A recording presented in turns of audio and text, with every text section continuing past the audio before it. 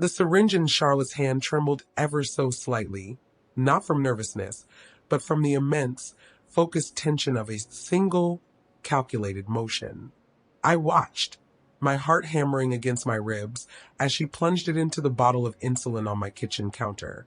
My daughter-in-law, a woman I had welcomed into my life with open arms, stood over me, her face a mask of false concern, a lethal overdose of my medicine already drawn and waiting to be injected. My name is Rose, and I'm a 75-year-old retired baker living in my cozy Atlanta home. I had managed my type 2 diabetes for 2 decades with the discipline of a soldier, a routine that had become as natural as breathing.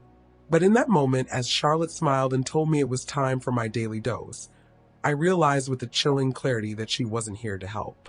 Her eyes, usually full of a manufactured brightness, held a cold, calculating glint that sent a shiver down my spine. The cold feeling of dread that had been my constant companion since she married my son finally had a name. This wasn't a family visit, it was an ambush. The familiar aroma of cinnamon and vanilla from our baking earlier in the day felt sickeningly sweet. I watched as she, in a motion too quick to register for an ordinary eye, surreptitiously replaced my usual vial with a different one she had brought with her. The syringe she handed me felt heavy and cold, a silent harbinger of a future she had meticulously planned for me, a future she hoped I wouldn't survive. She was a professional liar, and her most convincing performance had just begun. Before we continue, be sure to subscribe to the channel and press that bell icon so you don't miss our next true stories, and let us know where you're watching from in the comments. Your support helps us share these messages with more people who need hope. My life, which had been simple and peaceful since my husband passed away, was a testament to a lifetime of hard work. The little home I cherished was paid for, and my savings from a successful career as a baker, along with my husband's pension, had grown into a substantial nest egg. I had always been open about my plans. This money was for my son, Daniel, a hard-working but financially reckless man. He and Charlotte were struggling to launch a high-end interior design firm called Elysian Interiors in the highly competitive Atlanta market, a venture that had plunged them into a bottomless pit of debt. For 2 years, they had been chasing the dream of designing luxury homes and penthouses, but their portfolio remained thin, their clients were fickle, and their profits were non-existent. Their desperation had reached a fever pitch. A massive loan from Midtown Federal Bank was coming due in a matter of weeks, and the bank was no longer sending polite reminders. They were sending terse, threatening letters that spoke of foreclosure and legal action. The illusion of success they maintained for social media was a flimsy facade, a desperate attempt to attract clients and salvage their sinking ship. Their apartment, once a showcase of Charlotte's budding design talent, was now filled with stacks of unpaid bills and a suffocating sense of dread. Their conversations, once filled with ambitious plans and creative ideas, had devolved into whispered arguments and panicked phone calls. The stress had begun to manifest physically. Daniel was gaunt and irritable, and Charlotte had developed a nervous tick in her eye that she couldn't seem to control. The only thing that could save them was a miracle or my inheritance. Charlotte had a spreadsheet on her laptop, a cold, clinical analysis of her financial situation, and right there in the middle, a line item labeled Expected Inheritance from Rose. She had been tracking my daily habits, my injection schedule, and my health with a chilling precision, her mind a cold, calculating machine searching for an opportunity. She had spent countless hours researching the effects of insulin overdose, the symptoms of a hypoglycemic event, and the ease with which such an incident could be mistaken for a natural death. To her, I was not a mother-in-law, a kind old woman who baked for her and loved her son. I was an actuarial table in human form, a ticking clock standing between her and financial freedom. The greed had been a slow, insidious poison corroding her humanity. My generosity, my open conversations about leaving everything to my son, became the very thing that made me a target. Charlotte saw my diabetes not as a vulnerability, but as a convenient tool, a silent accomplice in a perfect crime. She had gone to a different pharmacy, miles away from my neighborhood, and purchased a vial of concentrated insulin, a brand she knew I didn't use. She had meticulously peeled off my usual brand's label, ready to swap them at the last second. A small, mundane detail that would ensure her plan went off without a hitch. The money was her escape from a life of crushing debt and failure, and she saw my life as a sacrifice she was willing to make for a new life of wealth and success. The opportunity came on a lazy Saturday afternoon. Daniel was out of town on a business trip, and Charlotte had come over under the guise of helping me meal prep. We were in the kitchen, the aroma of cinnamon and vanilla filling the air, and she suggested I take my afternoon insulin shot while she tidied up. "I'll get your pen and test strips from the cabinet," she said, her voice unusually sweet. I stood by the counter, my mind briefly wandering to the perfect golden brown color of the scones we had just baked. My routine was a ritual. Lay out the pen, the vial, the test strips, and the lancet. I'd check my blood sugar, do the math in my head, and then, with practiced ease, inject the insulin. But today was different.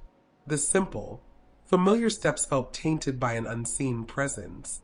Charlotte returned from the pantry, a plastic bag rustling in her hand. She placed my usual insulin pen on the counter and reached for the glass vial. My gaze was drawn to the small, subtle movement of her thumb, which she used to obscure a small, foreign object she was holding.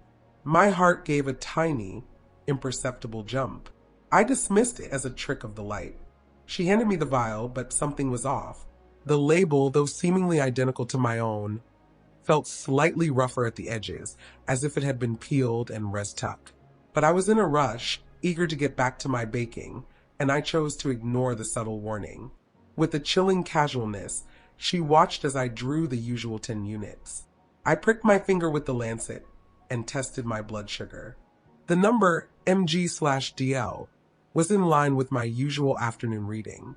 I was confident in my dosage.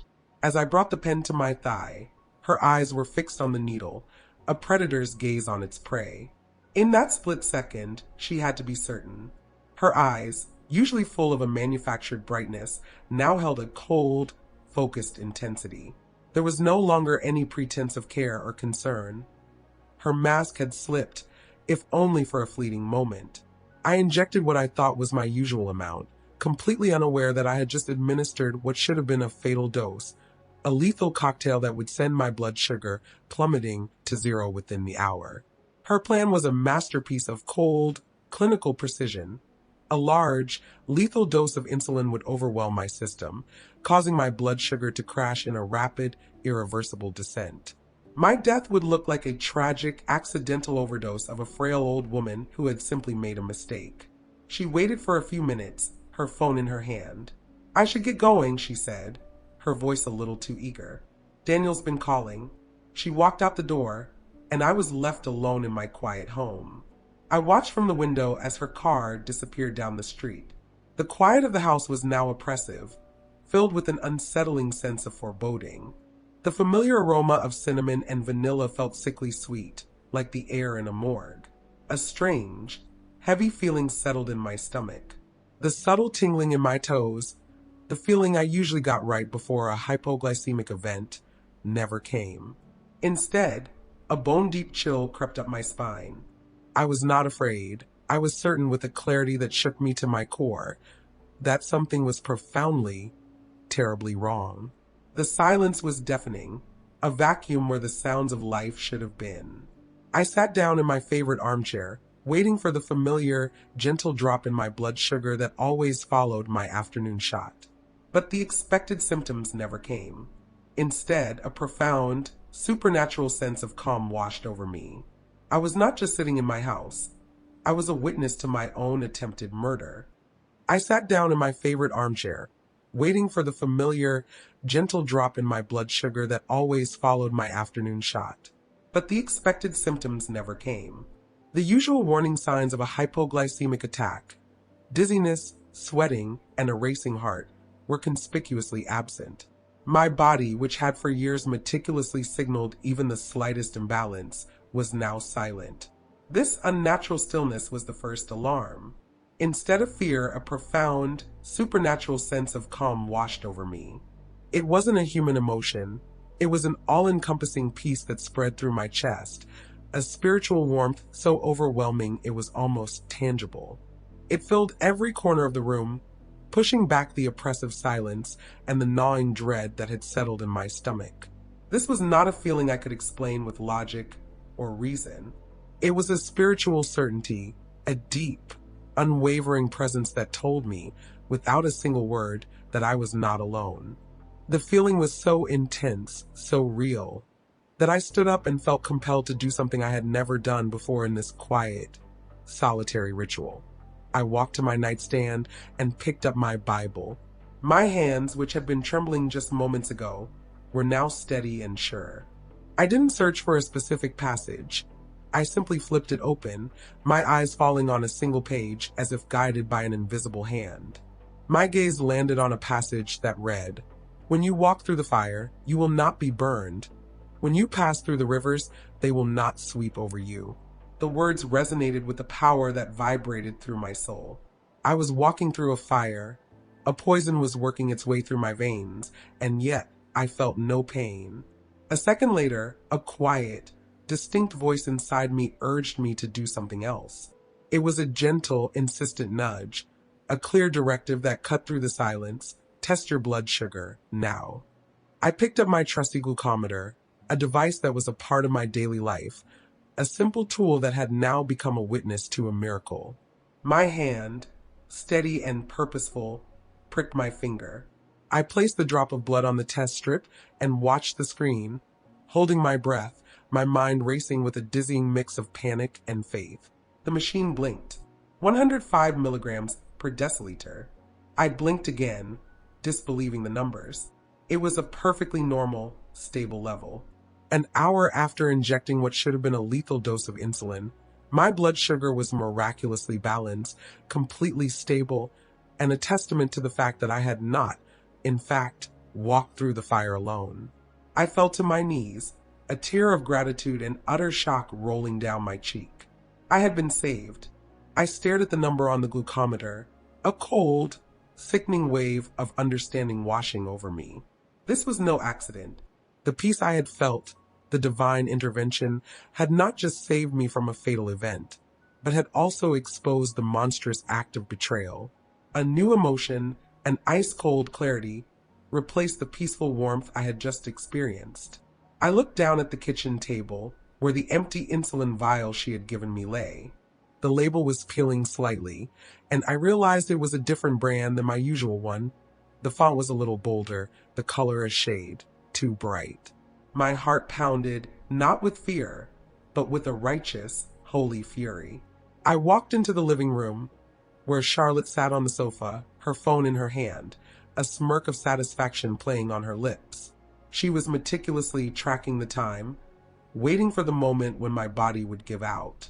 Her eyes, fixed on the screen, were filled with a cold, triumphant gleam. "Charlotte," I said, my voice steady despite the shaking in my hands. The sound was not a whisper, not a scream, but a calm, unwavering statement that cut through the air like a blade. Her head shot up, her eyes wide with a flicker of panic, the smirk instantly vanishing. She saw me standing, my posture straight, my eyes clear. The scene she had envisioned, me collapsed, perhaps unconscious, was not unfolding. "Did you replace my insulin vial?" The question hung in the air, a silent, damning accusation. She stammered, a series of frantic lies tumbling from her lips. "Rose, I don't know what you're talking about. We just baked. I went home." Her face, once a mask of false concern, was now pale, a sickly white that made her look like a ghost. I didn't let her finish. I walked closer, holding up the glucometer. The small, gray device in my hand felt heavy, no longer just a medical tool, but a piece of evidence, a witness, and a symbol of both my faith and her failure. The number 105 milligrams per deciliter glowed brightly against the screen. 105, I said, my voice a quiet, hammer blow of a statement. "I should be in a coma by now, Charlotte. I took a lethal dose of insulin."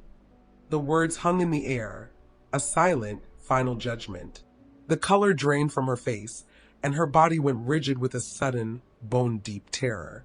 Her eyes, filled with a primal fear, flickered from my face to the glucometer and then to the kitchen, where the vial still lay on the counter. The carefully constructed lie, The web of deceit she had so meticulously spun had unraveled in a single miraculous instant. I had not just been saved, I had been a witness to my own attempted murder. The silence that followed was deafening, a vacuum where her frantic lies had just been. She knew she was caught. Her entire plan, a cold, clinical masterpiece of greed, had failed. She had gambled on my death, and the house had come crashing down on her instead. The moment Charlotte's lie was exposed, the immense, debilitating stress she had been living with for months finally broke her. The terror of being caught, the crushing weight of her financial lies, and the absolute failure of her monstrous plan were a perfect storm. Her body, already under immense strain from a lifetime of unhealthy habits and chronic anxiety, could no longer cope. The smug, confident mask she had worn for months shattered, revealing a woman on the verge of collapse. Her breathing became ragged, her hands began to tremble uncontrollably, and she started sweating profusely. As I stood there, still holding my glucometer, her eyes rolled back in her head, and she crumpled to the floor with a terrifying, hollow thud. My first instinct was not to gloat, but to act. The shock of the moment gave way to a detached, clinical urgency. I called 911, my voice steady as I explained the situation to the dispatcher. The wailing sirens were a mournful, approaching song, growing louder until they screeched to a halt outside my quiet suburban home. The two paramedics who rushed in were a study in efficient calm, a stark contrast to the quiet horror that had just unfolded. They knelt by Charlotte, their questions a rapid-fire series of inquiries about her symptoms, her medical history, anything they could use to get a handle on what was happening. Her answers were a slurred mess of half-truths and frantic babbling. "It's the stress, the loan from the bank," she muttered incoherently, her secret motivations tumbling out in her moment of weakness. I watched as they hooked her up to an 4 and a series of monitors, their faces a mixture of professional concern and quiet confusion at the strange circumstances. The ambulance ride was a blur of flashing lights and the rhythmic thumping of the siren. When we arrived at the emergency room, the scene was one of controlled chaos. A team of nurses and a doctor met the gurney as we rolled through the swinging doors. Charlotte was quickly transferred to a hospital bed, and the doctor began a series of rapid assessments. He pricked her finger and checked her blood sugar, his brow furrowed in concentration. The number that flashed on his screen made him pause and look at me with a bewildered expression. "This woman is in severe hyperglycemic hyperosmolar state," he announced, turning to a nurse. "Her blood glucose is dangerously high. Her body is in a state of extreme dehydration." I felt a cold wave of realization wash over me. The doctor's words were a new, shocking truth that confirmed the profound irony of the situation. Charlotte was an undiagnosed diabetic. Her own body, pushed to its breaking point by a lifetime of unhealthy habits and the immense, corrosive stress of her financial ruin and failed murder plot, had finally surrendered. Her own undiagnosed condition, a silent killer she had been carrying for months, had been triggered by the very act of trying to inflict that same suffering on me. The poetic justice was swift and absolute. She who had tried to murder me with my diabetes was now a victim of her own. Her plot had failed, and in its place, a different, more brutal truth was revealed. Today, I am not only alive, but thriving. My blood sugar is under perfect control, and my faith is stronger than it has ever been. Charlotte is in the hospital, recovering from her diabetic shock, and I visit her every day. Daniel is devastated, caught between his love for his wife and his horror at her betrayal. I had to forgive her, not for her sake, but for mine. My forgiveness was a choice, an act of faith that allowed me to heal. My story is a lesson, a testament to the fact that when human plans fail, divine intervention prevails. It's a powerful reminder that greed and betrayal have a price, but faith provides a path to healing and forgiveness, even in the darkest of times. If you have been betrayed by someone you trusted, remember that your story is not over. You have the power to turn your pain into a platform for hope and healing. Be a beacon of light in your own darkness. Your support helps us share these messages of hope and resilience with more people who are searching for their own beacon of light. Thank you. And may God bless you in your darkest moments and beyond.